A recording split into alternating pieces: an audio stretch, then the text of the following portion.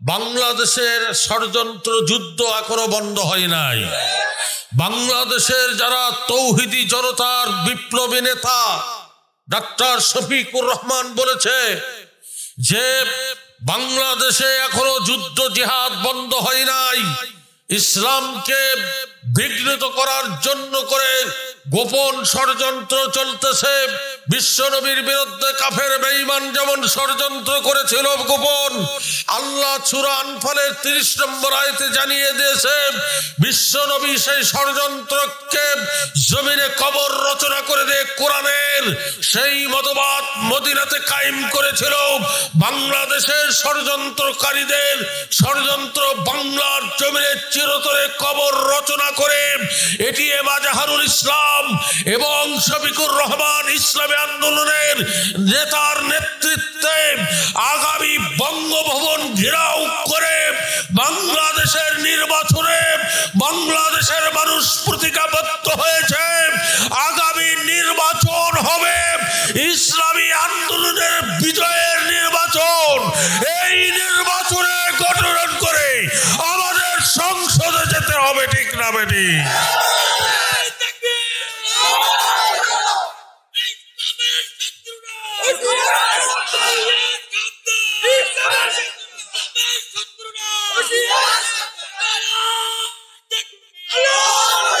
আলহামদুলিল্লাহ, বোঝা গেল এইগুলো খাঁটি মুসলমান।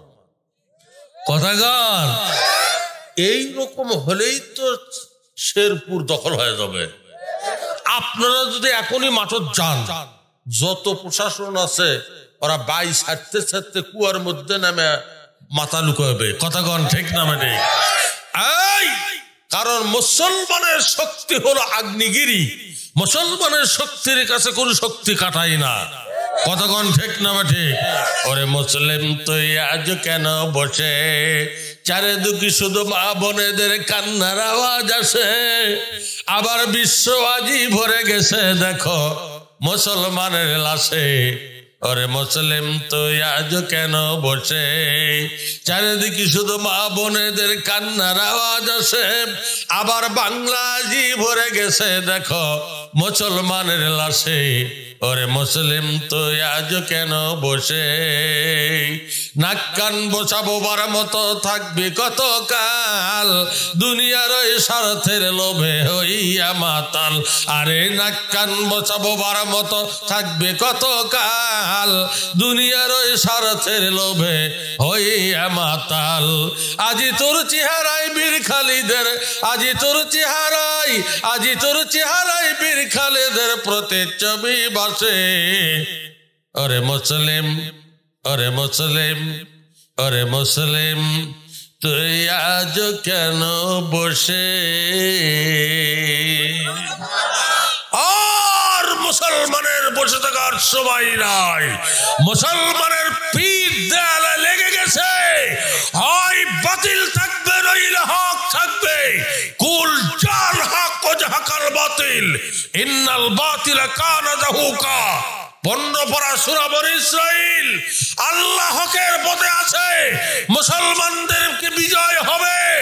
ও শেরপুরের তৌহিদি বিপ্লবী জনতার কাছে আমি আজিজুল হক জাতি জানতে চাই, এই কোরআন বিজয়ের জন্য যদি রক্ত দিয়ে শহীদ হওয়ার আগে আল্লামা সাঈদীর মতো যদি জীবন দিতে হয়, কারা কারা প্রস্তুত আছে?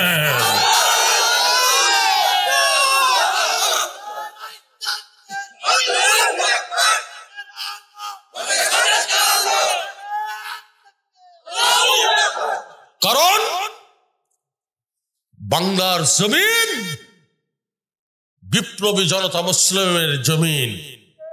কথা কন না? বন্ধুরা আমার, আমি কখন আর প্রশংসা করব কন?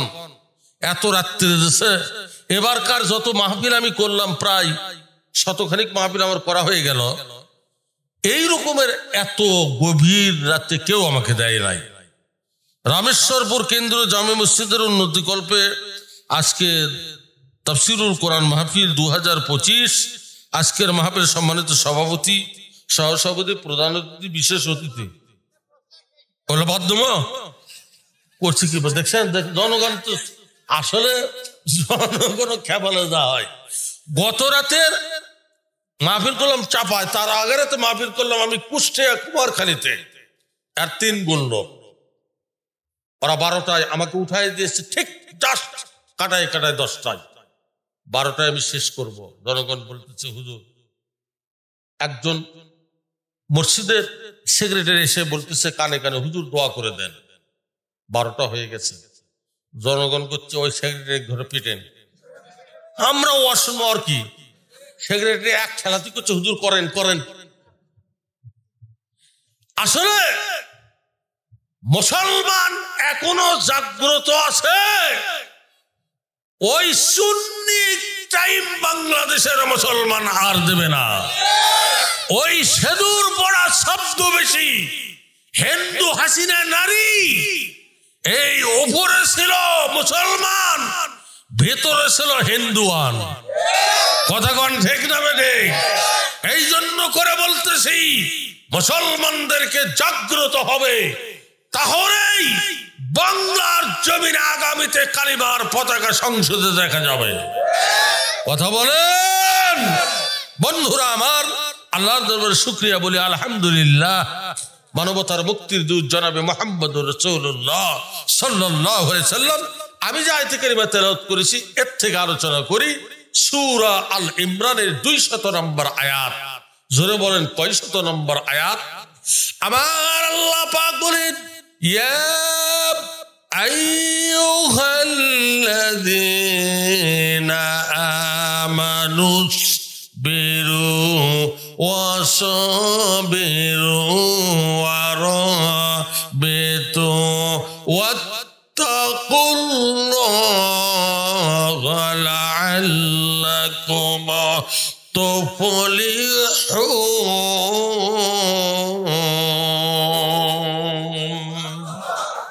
এটা কার কথা? আল্লাহর নাম আসতে কেন জোরে বলেন কার?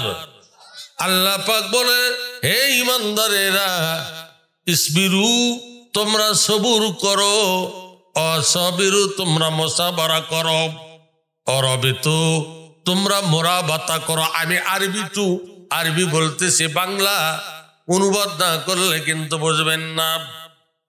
আল্লাহ কয় ইসবিরু সবুর করো।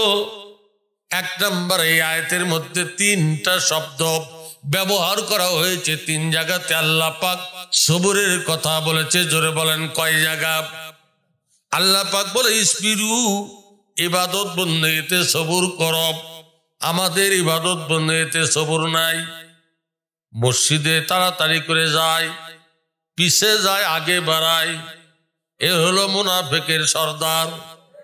বন্ধুরা আমার, যদি ইমাম সাহেবের সালাম ফেরাতে দেরি হয়, কতগুলো মুসল্লি আছে পেছন থেকে সিগন্যাল মারে,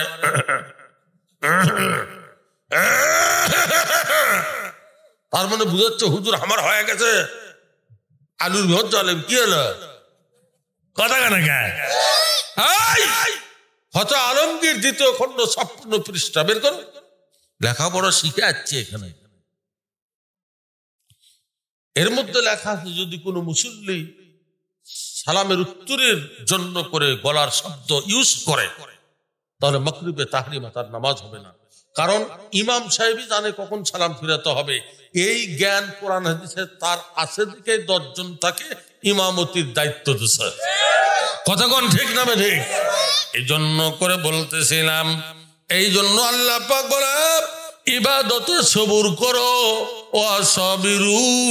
আল্লাহ কয় 2 নম্বরে গুনাহের কাজে সবুর করো। বন্ধুরা আমার, এই যে এখানে যুবকদের সম্বন্ধে কয়েকটা কথা হাদিস শরীফের মধ্যে বর্ণনা করা হয়েছে।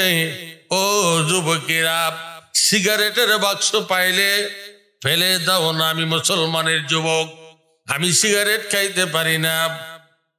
মদের বোতল পাইলে তুমি সবর করো না, আমি মদ খাইতে পারি না। ঠিক না বেটি? তোমার সামনে ঘুষের টাকা এসেছে, তুমি বলো না আমি ঘুষের টাকা নেব না, চাকরি যতই করি, কারণ আমি মুসলমানের সন্তান, চাকরি করতে এসেছি, পারিশ্রমিক নেব। কিন্তু ঘুষ নেব না। কথা কন ঠিক না ঠিক? এই বাংলাদেশে ঘুষ আছে কি নাই? কথা কন। অফিসগুলো ঘুষে গরম, অফিসারদের নাই শরম। অফিসগুলো ঘুষে গরম, অফিসারদের নাই শরম। পাখি দেখিলে তারা ঘুষের হাত বাড়ায়। শান্তি কেন নাই রে দুনিয়ায়, গজব কেন রে দুনিয়ায়।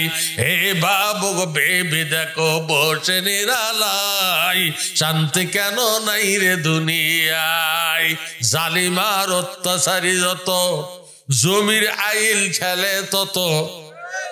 এই রকমের প্লেয়ার আপনাদের কিরামত আছে কিনা? জালিমার অত্যাচারী যত, জমির আইল খেলে তত।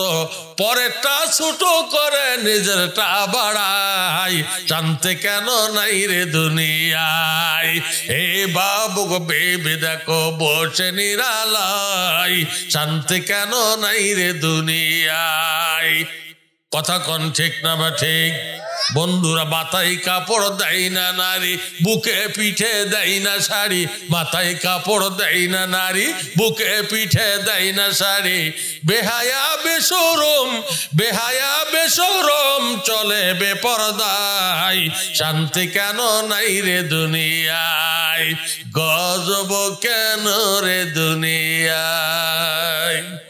আল্লাহ পাক নারীদের সম্বন্ধে আল্লাহ কোরআনে বললেন, ওয়াকরুনা ফি বুয়ুতিকুন্না ওয়ালা তাবাররাজনা তাবাররুজাল জাহিলিয়াতিল উলা। 22 পারাতে আল্লাহ পাক জানিয়ে দিলেন, বেপরদা যেও না নারী, পর্দার বাহির হইবে না। ইচ্ছা করে নিজের শরীর বেগানারে দেখাবে না। তুমি ঘরের মতন পর্দা করে তুমি বের হও, চাকরি করো, ব্যবসা করো, যাই করো, কিন্তু তোমার পর্দা করে বের হতে হবে। বন্ধুরা আমার, আল্লাহ কয় জাহিলি যুগের নারীদের মতন তোমাদের সৌন্দর্যকে তোমরা প্রদর্শন করিও না। এটা একটা সবরের। বললেন ওয়াসাবিরু, 2 নম্বর তুমি গুনাহের কাছ থেকে সবর করে সরিয়ে থাকো। ভাইরা আমার, হাদিসটা বুখারীর মধ্যে 5 বার বর্ণনা করা হয়েছে। সামিতু আলা খামস, বিশ্বনবী 4 বার হাদিসটা বর্ণনা করেছে। ও দুনিয়ার নারীরা শুনিয়ে রাখো, ও যুবকেরা তোমাদের ওয়াজেটা একটু জানিয়ে রাখো যে একজন যুবক ছিল, বন্ধুরা আমার, নাম ছিল তার, বন্ধুরা আমার, কিফিল। এই কিফিলের কাছে একটা সুন্দর নারী কিছু দিরহাম ধার করার জন্য এসেছে, কিন্তু ওই মেয়ের স্বামী নাই, মারা গেছে। এবার এই সুযোগে কতকগুলো বন্ধুরা আমার যুবকেরা সুযোগ নেয়। দেখবেন মেম্বরের কাছে যদি গর্ভবতীর কাট করতে যায়, যদি সালের কাট করতে যায়, যদি কি বিধবা ভাতা আনতে যায়, তখন কতকগুলো মেম্বার সুন্দর নারী দেখলে ঘরের মধ্যে তুলে নিয়ে ঘোষ গল্প করে আর কুপ্রস্তাব দিয়ে থাকে। কথা কয় না কে? বাংলাদেশে বহু ঘটেছে এরকম। এবার ওই কিফিল রাখতে বলে মহিলা কত নেবে বলে 500 দিরহাম। এই দিরহাম না হলে আমার বিপদ হবে। মহিলা, তাহলে তোমাকে 500 দিরহাম দিব, কিন্তু একটা শর্ত আছে, ভালো করে শোনেন। বলে কি শর্ত? বলে 500 দিরহাম তো আমাকে ফিরে দিতে হবে, এর মাঝখানে আমাকে দেহ দিতে হবে। মেয়েটি দেহ দিতে চাহিয়া রাজি হইয়া 500 দিরহাম নিয়ে এবার ঋণটা পরিশোধ করে আসিয়া এবার দেহ দিতে এসেছে। অন্ধকার ঘরে কাপড় চোপড় খুলেছে, কিন্তু কেউ কাউকে দেখতে পায় না। এমন সময় নারী কণ্ঠের একটা কান্নার আওয়াজ কিফিল নামে জালেমের কানে ভেসে এসেছে। কিফিল দেখে ওই নারীটা সাইডে গিয়ে কাঁদতেছে, ডাক দিয়ে বলে, মহিলা তুমি কি জন্য কাঁদো? ডাক দিয়ে বলে, কিফিল রে, আমার স্বামী নাই, 500 দিরহাম ধার নিয়েছি, যদি 500 দিরহাম না দিতাম ওই লোকটা আমাকে মেরে ফেলার হুমকি দিয়েছে। আজকে জীবন বাঁচাতে গিয়ে তোমাকে দেহ দিতে হচ্ছে। আমি লাঞ্ছিত হয়ে কবরে যেতে চাই না। হাসরের ময়দানে কি জবাব দিব? অন্ধকার কবরে আমি কি জবাব রাখবো? এইরকম করে আমি ভাবতেছি আর কাঁদতেছি। কিফিল ডাক দিয়ে বলে, মহিলা চিন্তা করিও না, কাপড় পরো, আমি তোমাকে ব্যবহার করা বন্ধ করে দিলাম। তুমি যখন কবরের কথা তুলেছ, হাসরের কথা, মিজানের কথা, বিচারের দিনের কথা উঠাইছো, আমি এই 500 দিরহাম আমি আল্লাহর হস্তে তোমাকে দান করে দিলাম। এই বলার পরে ওই রাত্রি কিফিল নামে জালিম মারা গেছে। সকালবেলা লোকেরা বলতেছে জালিম মারা গেছে, ভালোই হয়েছে।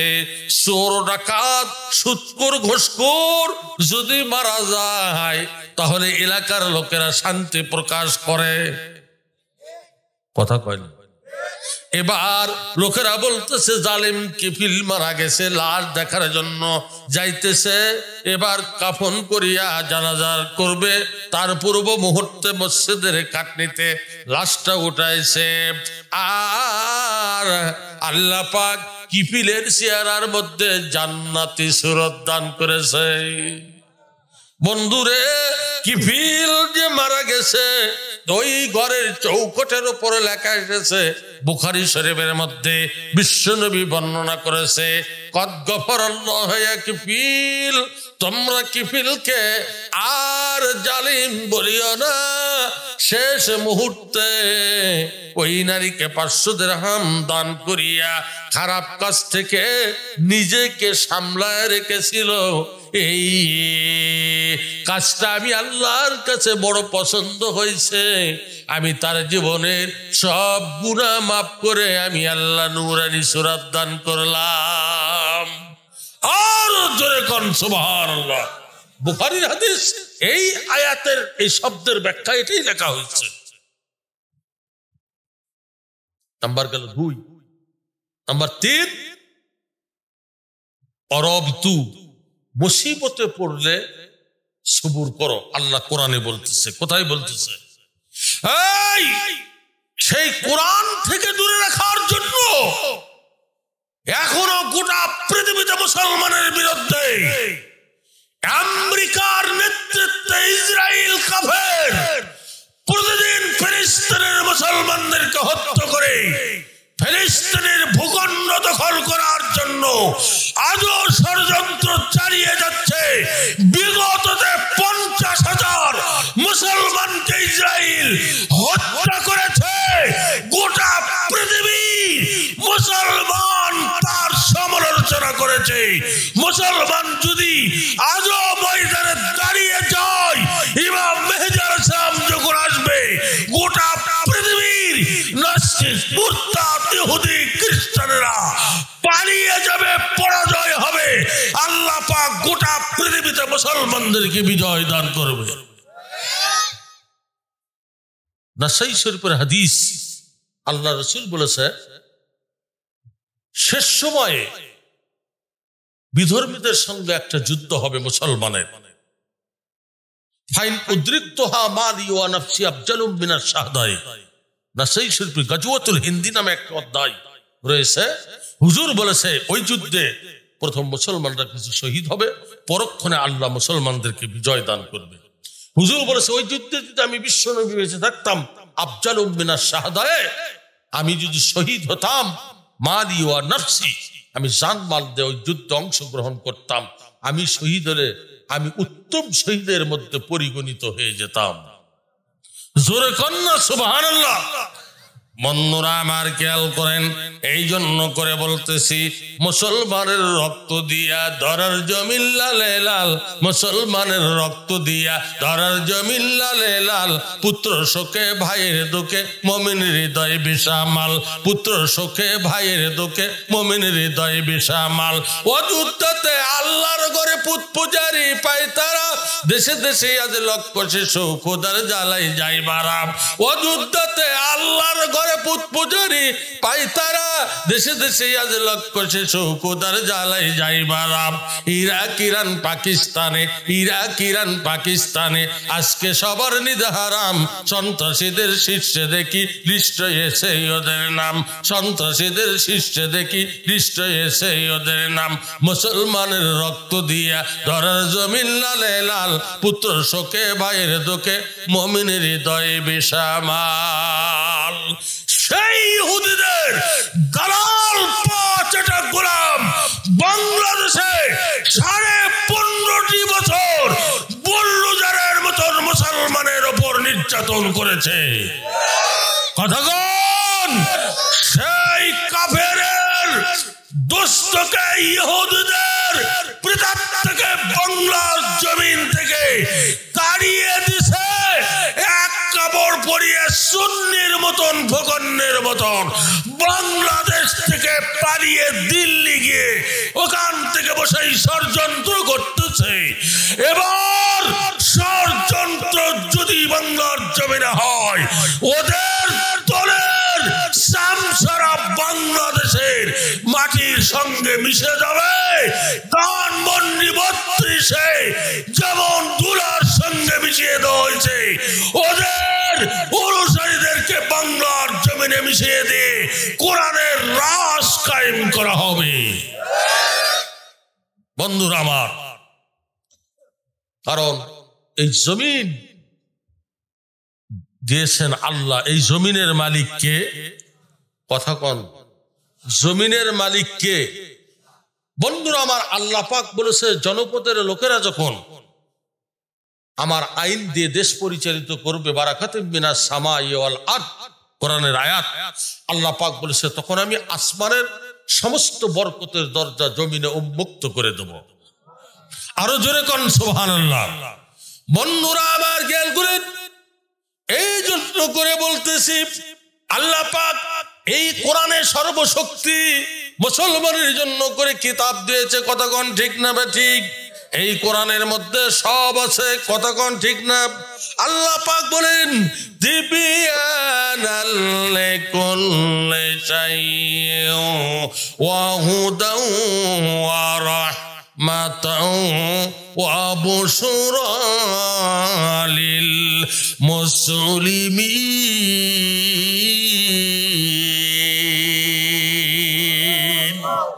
আল্লাহ কয় কমপ্লিট করা প্রাইভেট পূর্ণাঙ্গ জীবন বিধান করে দিয়েছি, এর মধ্যে দিলাম হেদায়ত, রহমত। এই সুসংবাদ মুসলমানের জন্য আমি আল্লাহ কোরআনে ঘোষণা করে দিলাম। জ্ঞানী গুণী সুদী ভাই, আমি আজ অল্প কথা দিয়ে বিদায় করতে চাই। আল্লাহ পাক এই কোরআনের মধ্যে সব দিয়েছেন। আল্লাহ পাক জানিয়ে দেন মারাজাল বাহরাইনি ইয়ালতাকিয়ান বাইনাহুমা বারজাখুন লা ইয়াবগিয়ান ফাবিআই আলাই রাব্বিকুমা তুকাযিবান।